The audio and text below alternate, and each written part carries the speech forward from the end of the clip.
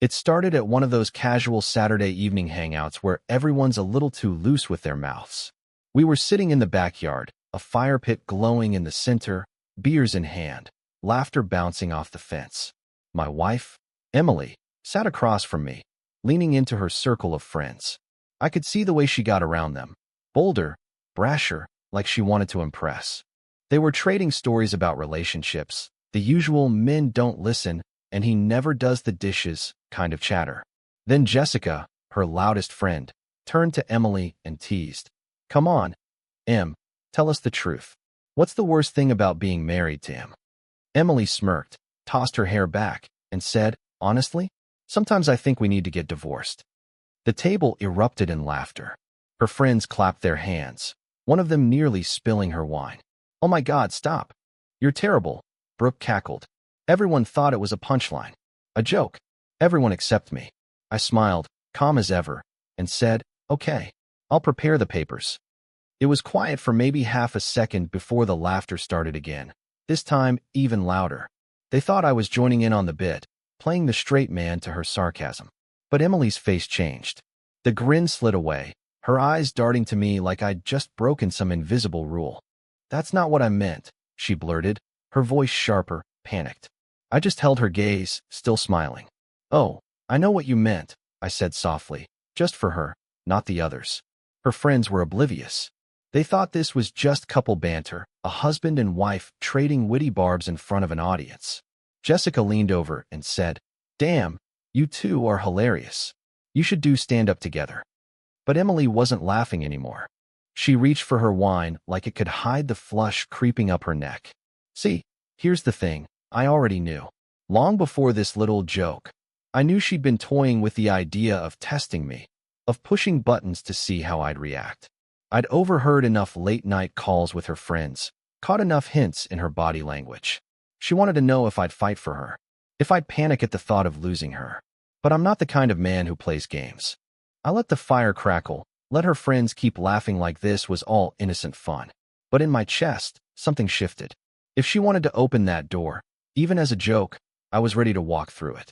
The rest of the night carried on in that strange way parties do when one person is no longer on the same wavelength. Her friends kept gossiping about work drama and bad exes, while Emily stayed quieter than usual, shooting me little glances like she was trying to gauge how serious I'd been.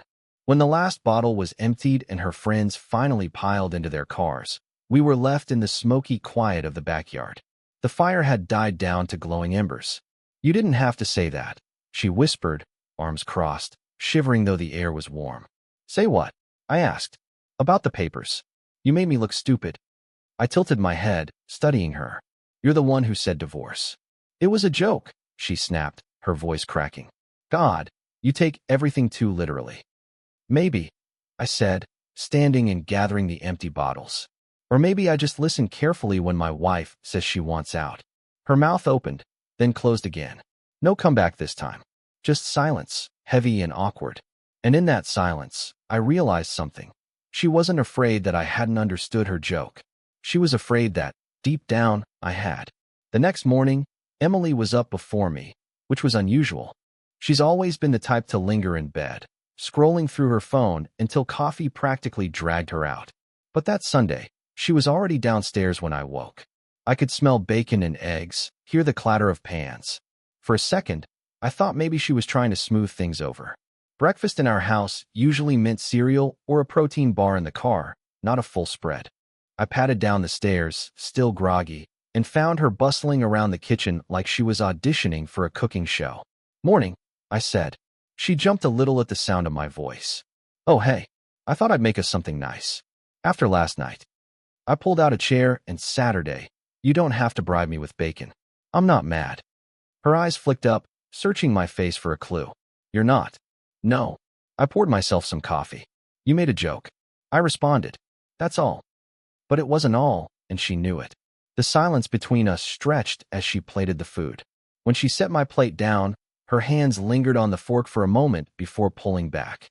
"You really freaked me out," she admitted, sitting across from me. "When you said you'd prepare the papers, I thought you meant it." I took a bite of eggs, chewed slowly. Maybe I did. Her fork froze halfway to her mouth. What's that supposed to mean? I shrugged. You can only joke about something so many times before people start to believe you mean it. Her face tightened. It was once. I met her eyes. Was it? She swallowed hard, the bravado from the night before gone. Dean, I don't want a divorce. You know that, right? I nodded. That's good to hear. Because the way you said it last night, you sold it. Everyone thought you were serious. She winced. I was trying to make them laugh. Jessica was pressuring me. You know how she is. Yeah, I said evenly. I know exactly how she is. And I did. Jessica had been in Emily's ear for months, always pushing her to test me, to see if I'd grovel, if I'd fight. Jessica loved chaos. Her own marriage was on life support, and she seemed determined to drag everyone else into the mud with her. But what Emily didn't realize was that I'd heard enough. I'd pieced together her friends' little games and their bad advice. And now, she'd dragged that poison into my marriage, right to my face. After breakfast, I went about my day as normal, mowing the lawn, cleaning out the garage, small chores that made the house hum. But the air between us stayed thick. She kept checking in, hovering like she wanted reassurance. I gave her polite smiles, casual conversation, nothing more. By evening, she couldn't take it anymore. Dean, she said, standing in the doorway of the garage while I wiped grease off my hands. Can we talk? Really talk? I set the rag down. Sure. What's on your mind? She hesitated, chewing her lip. Do you really think I want to leave you? Do you? I asked back, keeping my voice calm. No, of course not. She stepped closer, frustration bubbling in her tone. But the way you reacted last night, like you were ready to just let me go, made me feel like maybe you don't care if I do. I smiled faintly. You're right. I don't care if you do. Her mouth fell open. What? If you want to leave, I said, then you should. I'm not going to beg you to stay. If my love and the life we've built aren't enough, then nothing I say in a panic is going to fix that. She looked like I'd slapped her. You can't just say that. Why not? It's the truth. Her hands curled into fists at her sides. You're supposed to fight for me. I shook my head slowly. No, I'm supposed to love you. I'm supposed to respect you. But if you decide you don't want me anymore, that's not a fight, it's a choice. And I'm not in the business of trapping someone in a marriage they don't want. Her lip trembled, and for once, she had no words. That night, she went to bed early, tossing and turning while I read in the living room. Around midnight, I heard her crying softly into her pillow. And as much as it hurt, I didn't go up to comfort her. Because maybe, for the first time, she was realizing just how dangerous it was to test a man who was ready to take her at her word. Monday morning came with that eerie, quiet marriages get when one person is walking on eggshells. Emily moved around the kitchen carefully, like she was afraid even the sound of the toaster might set me off. She buttered her toast, poured her coffee, and kept stealing glances at me. You're really not mad? She asked finally. I shook my head, sipping my coffee. I told you I'm not mad. Her brow furrowed. But you're different.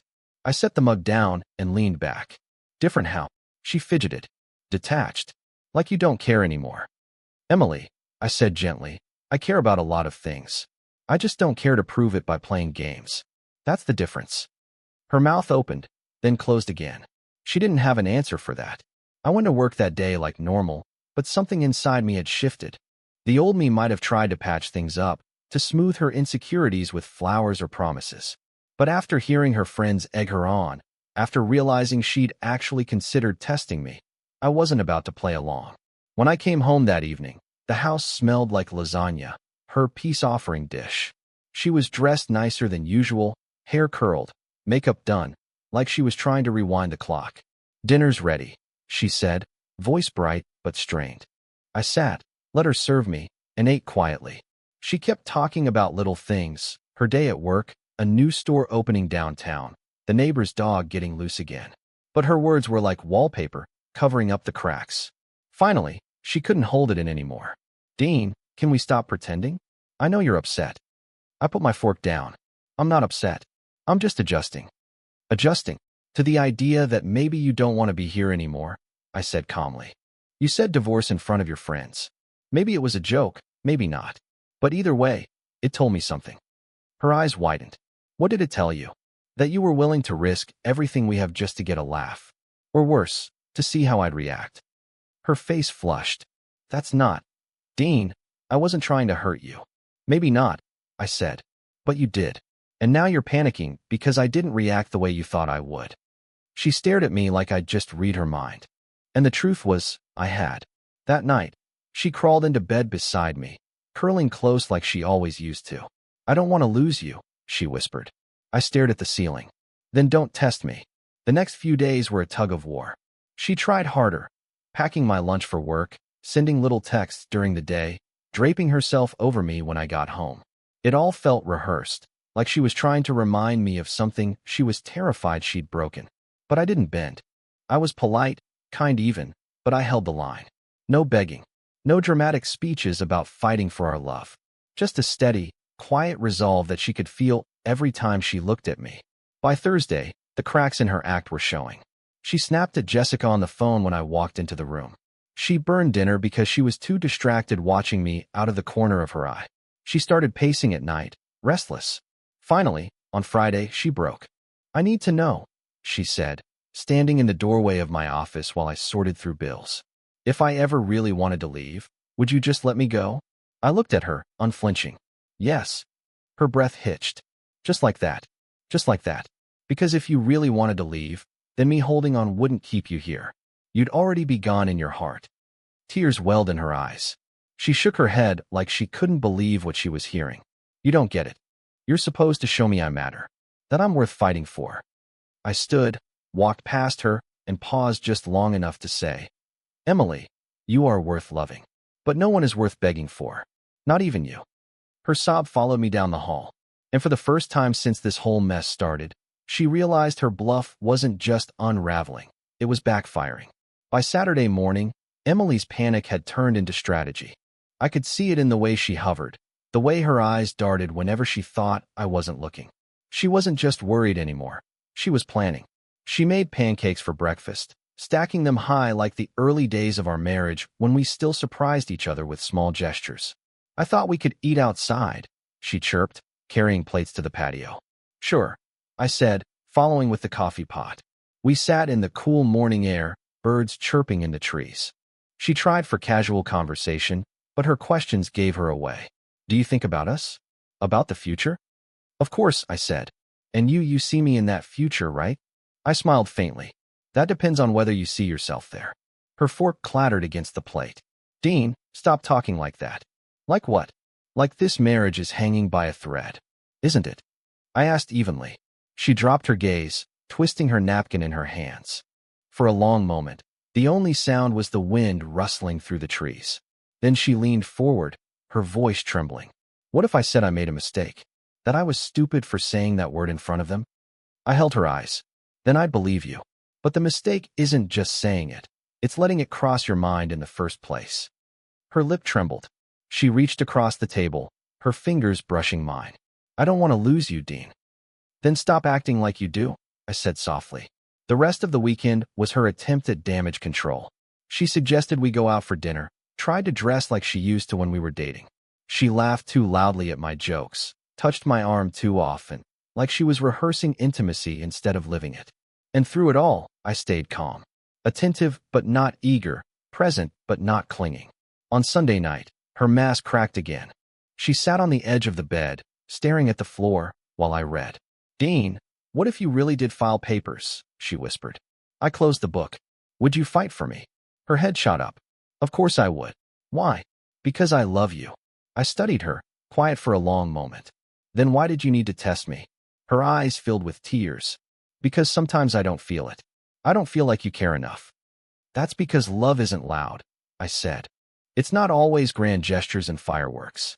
Sometimes it's quiet, steady, showing up every day, even when you're tired, even when things feel ordinary.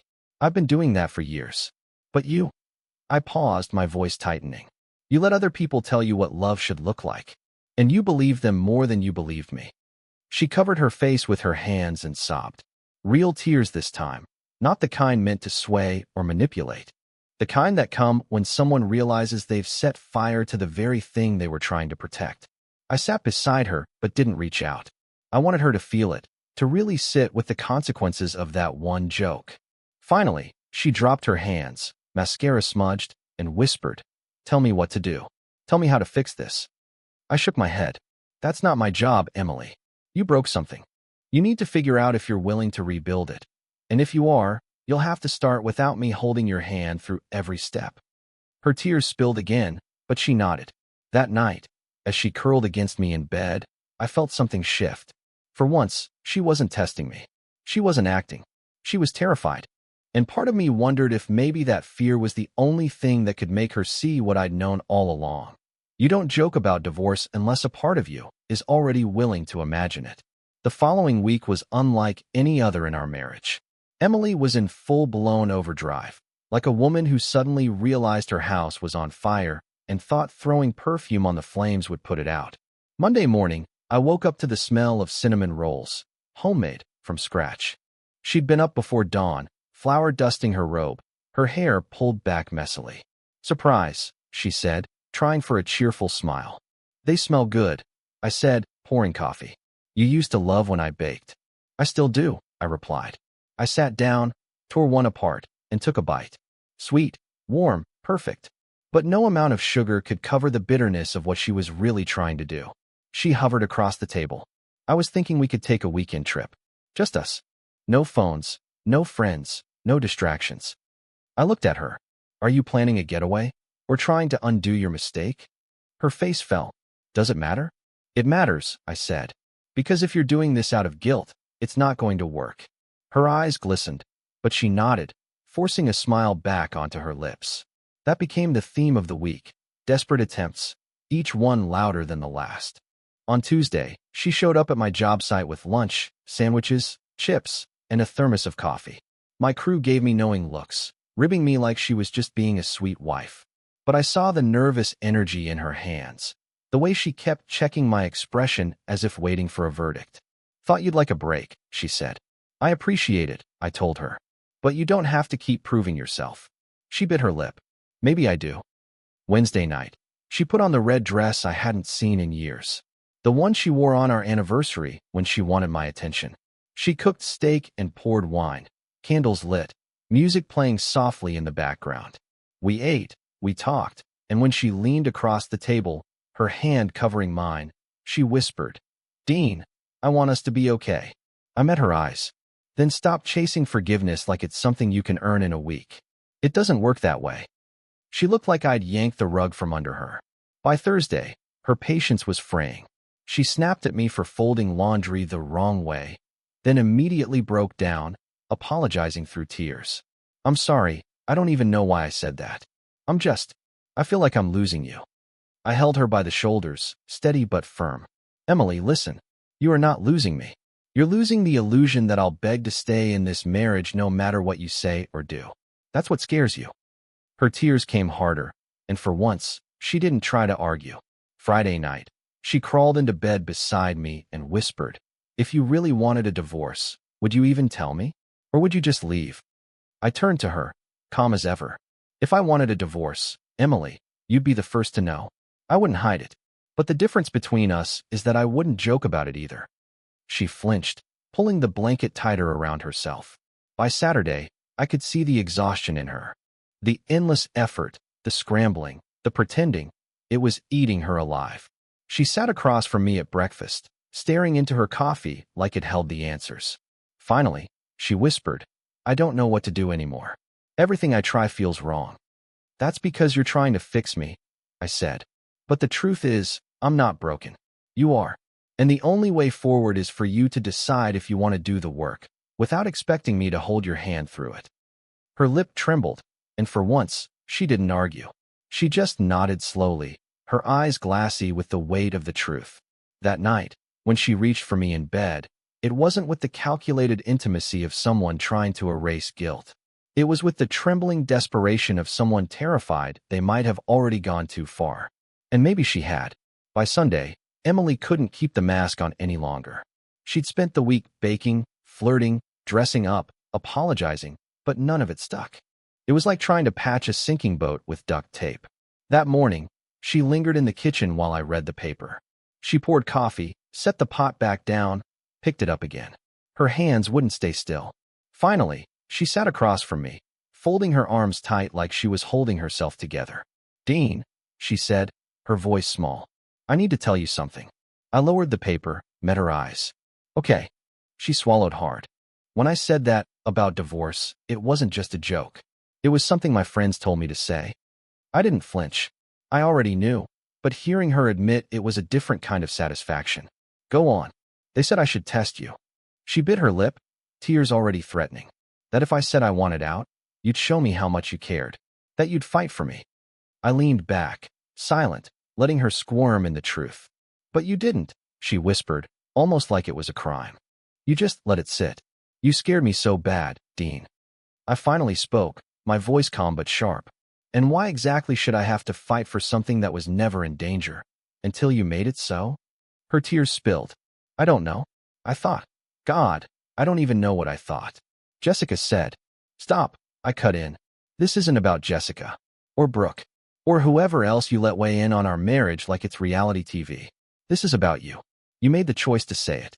You made the choice to test me. You made the choice to risk us. She bowed her head, sobbing quietly. I was stupid. Yeah, I said softly. You were. The silence stretched, heavy and raw. Finally, she lifted her face, mascara streaking her cheeks. So what happens now? That depends, I said. Do you want a marriage, or do you want an audience? Her eyes widened. A marriage. Of course. Then you need to prove that to yourself, not to me, I told her. Because right now, it feels like you're more committed to your friend's approval than my love. Her voice cracked. I'll cut them off if that's what it takes. Don't make promises out of panic, I said. Make choices you're actually willing to live with. If your friendships are stronger than your marriage, then you should own that. But if your marriage matters more, you need to start acting like it. She covered her face, shoulders shaking. For a moment, I thought she might collapse under the weight of it. Then she whispered, I don't want to lose you. I really don't. I reached across the table, resting my hand over hers. Not with passion, not with reassurance, but with steady firmness. Then stop treating me like a man who'll beg for scraps of your love. If you want me, then you show up fully. No games. No tests. No committees of friends weighing in. Just you and me. Her tears kept coming, but she nodded. That night, Emily was quieter than usual, like a storm had passed but left wreckage behind. She lay in bed beside me, curled on her side, whispering over and over, I'm sorry. And maybe she was. But apologies only mattered if the behavior changed. I closed my eyes, feeling the weight of her words against my back. For the first time in weeks, I felt something shift. Not victory, not vindication, but clarity. She thought the test would show her how much I valued her. Instead, it showed her how much I valued myself. And that, more than anything, terrified her. The week after Emily's confession felt different. Not easier, not softer, but quieter, like the air after a storm when the trees are still bent but the rain has stopped. She moved through the house carefully, not in the exaggerated, overcompensating way she had before, but like someone learning how to walk again. Monday night, she sat across from me at the table, untouched food cooling between us. I told Jessica I need space from her, she said finally. I raised an eyebrow. You did. She nodded, her hands twisting in her lap. She didn't take it well. Said I was being dramatic. That you were manipulating me. And what did you say? Her lip trembled. I said she doesn't get to have a say in my marriage anymore. For the first time in days, I felt something ease in my chest. Not forgiveness. Not yet. But respect. For the choice, not the words. Good, I said simply. She exhaled like she'd been holding her breath all night. But I didn't let her off easy. Cutting them off is only part of it. What matters more is what you do when no one's telling you what to say. That's how I'll know where your heart really is. Her eyes watered, but she nodded. The next few days became a test of my own, though not the kind she'd planned. I laid down boundaries. Clear, simple, uncompromising. No more jokes about divorce. Not to me. Not to anyone. She nodded. No more testing me. You want to know how I feel? Ask. I'll tell you. But I won't dance to prove it. Another nod, slower this time. And most importantly, you decide if this marriage is what you want. Not Jessica, not Brooke, not anyone else. Just you. Because I'm not fighting a panel of judges for a place in my own home. Her chin quivered, but she whispered, I want this. I want us. I studied her carefully, searching for the flicker of performance I'd seen so often. But this time, she looked stripped bare. That Friday, She surprised me again. I came home to find her curled on the couch with a notebook in her lap. She looked up, startled, like she'd been caught. "What's that?" I asked. "Homework," she said softly. "I've been writing down all the reasons I want this marriage, all the ways I've messed up, and what I need to change." I blinked. "And what did you come up with?" Her voice shook, but she read from the page. "I want to stop letting other people's voices drown out my own. I want to remember that you've always been steady, even when I made you feel like you weren't enough. And I want to rebuild trust by being transparent. Completely." She set the notebook down, her hands trembling. "It's not perfect, but it's a start." I sat beside her, the firelight flickering across her face. For the first time since this all began, I saw something real in her eyes. Not fear, not guilt, but determination. "You're right," I said. "It's a start. But the thing about rebuilding is that it takes longer than tearing down. You'll need patience. And so will I." She leaned into me, tentative, like she wasn't sure if she was allowed. I let her.